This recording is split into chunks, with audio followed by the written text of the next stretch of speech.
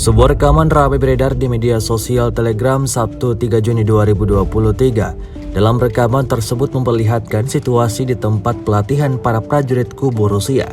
Tidak hanya itu, terlihat juga bagaimana koordinasi pertempuran para pejuang Chechnya yang tiba di arah Donetsk dengan unit lain Rusia berlangsung. Sebelumnya, Ramzan Kadyrov menyatakan satuan Chechnya diperintahkan untuk memulai pertempuran aktif dengan Ukraina dan membebaskan sejumlah permukiman di DPR. Namun, sebelum benar-benar terjun, sejumlah prajurit menerima pelatihan terlebih dahulu. Seperti yang terlihat dalam rekaman, sejumlah prajurit diberikan kesempatan untuk berlatih, menembak, dan latihan lainnya. Hingga video ini beredar beragam komentar dituliskan warganet.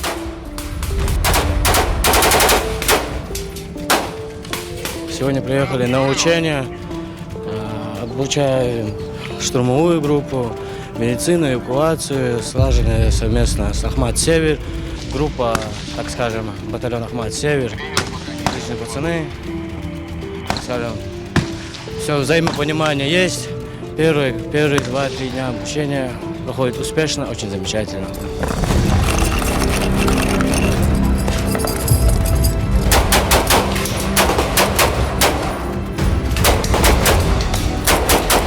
Если вы не уверены, что тут никого нет, закинули гранату, граната сработала, с прострелом заскакиваем в окоп. Неудобный угол, у меня это плечо. Все, я пошел. Если к вам сюда прилетит граната, у вас метр, вы падаете назад, ноги вместе. Главное, чтобы вам не посекло паховую артерию. Ноги вместе, как можно ниже. Ну, между вами какое-то уже расстояние. Основные осколки пойдут выше. Граната! Два убита, третья осталась. Четвертая. Мимо!